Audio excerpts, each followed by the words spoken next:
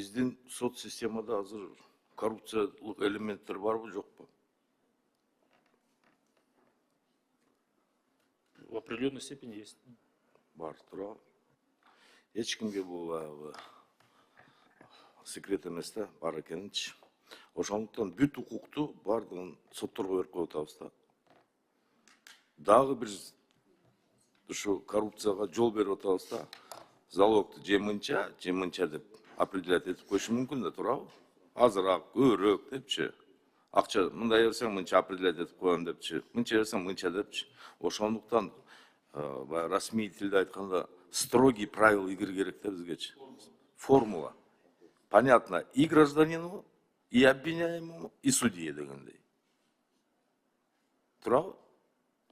Анан мына жерде жазылып турат да. Международный опыт покажет, что особенностью применения залога является то, что залог может дополняться другими ограничениями. Это что такое? Другими ограничениями деген. Бул эмне деген сөз? Бул элер тажрыйбаны эле айтып атабыз. Бул эмки кадамда биз негизи ойлогонбузда кээде мынакей практиктер деле адашып кетет. Домашний арест, подписка о невыезде, электронное наблюдение, залог. Көп мамлекеттерде эки эле бөгөт коюу чарасы алган, только две меры пресечения. Бирөөсү связанный с арестом, а бирөөсү не связанный. И когда он не связанный, азыр ушундай дискуссия болот да, и движение ушундай болот. Когда не связанный, можно комбинировать. То есть там называется соглашение о надлежащем поведении. Ал жерде залог менен браслет кошуп койсо болот. Домашний арест плюс браслет кошуп койсо ушундай да. Ал ошол маалымат катары эле. То есть можно. По одному и тому же преступлению могут быть два меры пресечения. Вот в других странах комбинированных характеристик жок там. Бизде жок. Бизде жок. А ошонга жазып атасыңар. Вот как информацию. Муну кичине түшүнүктүү кылып жазгыла да. Другими ограничениями, какими, чё непонятно болот да. Ошондой. Анан сиз айттыңыз мына международный эл аралык опыт көрсөтүп атат депчи. Залогду көбүрөөк койсок, там акчасы болсо ал качып кетпейт, тияк бияк. Мен сизге бир эле примерди келтирип кетейин.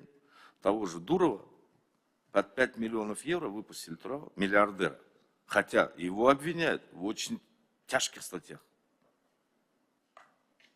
Нерде өзүңөр дагы описательный частьта справка басылган жазып атасыңар.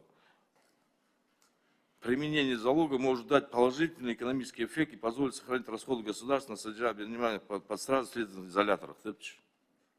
То есть, анда бирге жазылган, что международный опыт тиги будет, ушундай сиз айтканда жазып койгула да. Основной бирде описательный жагында эң эффект баягы камалбаса мамлекеттен акча кетпейт деген сөздөр болуп атат да. Урматтуу Муктар Александрович, түшүндүк. Формула боюнча экинчи окууда иштейик дагы.